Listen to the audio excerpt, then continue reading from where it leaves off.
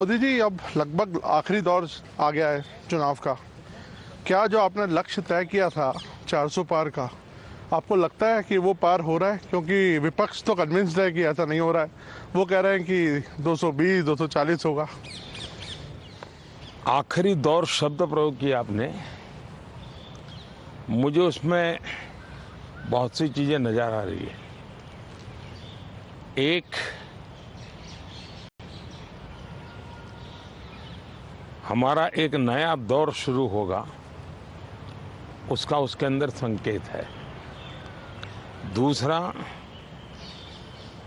जो लोग बड़े सपने देख करके बड़े वादे कर रहे थे, उनके लिए भी आखिरी दौर है। तो चुनाव का आखिरी दौर ऐसा इतना नहीं, उनकी स्थितियों का भी आखिरी दौर है।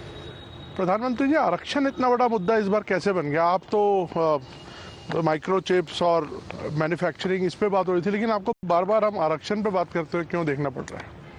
मुझे नहीं करना पड़ रहा है, मुझे सचेत करना है मेरे SC, ST, OBC और अति पिछड़े भाई बहनों को, क्योंकि इनको अंधेरे में रख करके ये लोग लूट चला रहे हैं। और चुनाव एक ऐसा समय है कि जो सबसे बड़ा संकट आ रहा है, उससे देशवासियों को मुझे जागरूक करना चाहिए। और इसलिए मैं आग्रहपूर्वक जनता जनार्दन को समझा रहा हूं, क्योंकि ये दो चीजें हो रही हैं।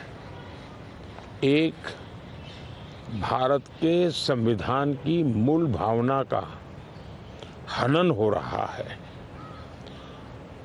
संविधान की मर्यादाओं को तार तार कर दिया जा रहा है, और वो भी अपनी वोट बैंक की राजनीति के लिए।